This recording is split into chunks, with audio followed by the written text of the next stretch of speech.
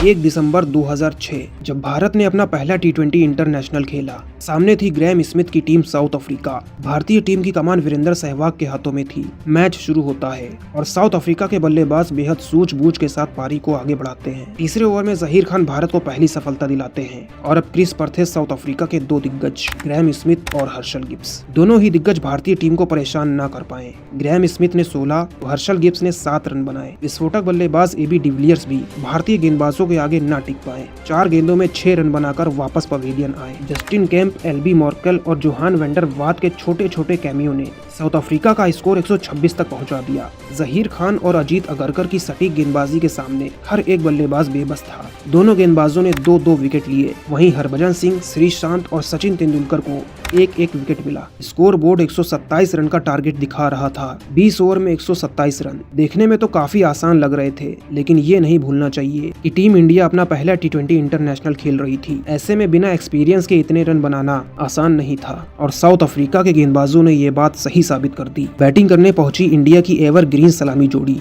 सचिन और सहवाग ने इंडिया को एक सदी हुई शुरुआत दिलाई, लेकिन चौथे ही ओवर में बैट का इनसाइड एज लेकर बॉल ने सचिन की गिल्लियां उड़ा दी। अब सहवाग का साथ देने आते हैं दिनेश मोंगिया। दोनों ने धीरे धीरे ही सही लेकिन पारी को संभाला। 6 ओवर के बाद स्कोर बोर्ड पर 29 रन लग गए थे। साउथ अफ्रीकन गेंदबाज बेहद सटीक लाइन लेंथ पर बॉल फेंक रहे थे, जिसके चलते बल्लेबाजों को काफी डॉट बॉल खेलनी पड़ी। लेकिन सहवाग जैसे बल्लेबाज को आखिर कितनी देर तक शांत रखा जा सकता है? जो बल्लेबाज टेस्ट मैच में मारते मारते धागा खोल देता हो, वो T20 में गेंदबाजों को कैसे बख्श देगा? आखिरकार सहवाग के सब्र का बांध टूटा और 7वें ओवर में उन्होंने एक छक्का और एक चौका लगाकर 2 गेंदों में 10 रन लूटा। एक तरफ दिनेश मोंगिया साइलेंट किलर की तरह काम कर रहे थे, तो दूसरी तरफ सहवाग भी चौके छक्के की आतिशबाजी करनी शुरू कर चुके थे।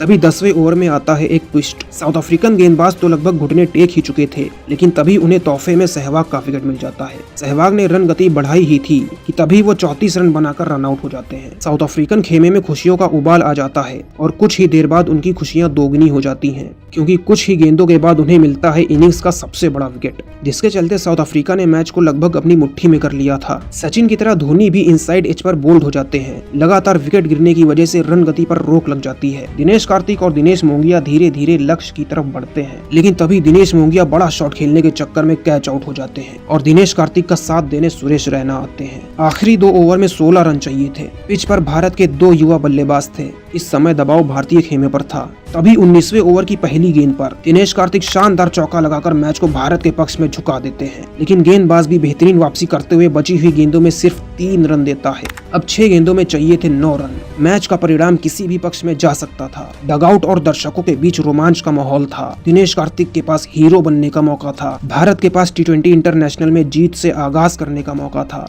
आखिरी ओवर की पहली गेंद पर दिनेश कार्तिक एक हवाई शॉट खेलते हैं। कुछ समय के लिए तो लगता है कि कहीं वो कैच आउट ना हो जाए, लेकिन जैसे ही बॉल बाउंड्री के पार जाकर गिरती है तो भारतीय फैंस की जान में जान आती है। अब 5 गेंदों में चाहिए थे 3 रन। गेंदबाज शानदार वापसी करते हुए अगली गेंद डॉट करा देता है और तीसरी गेंद पर सिर्फ 1 रन आता है। मैच में सस्पेंस बढ़ता जा रहा था।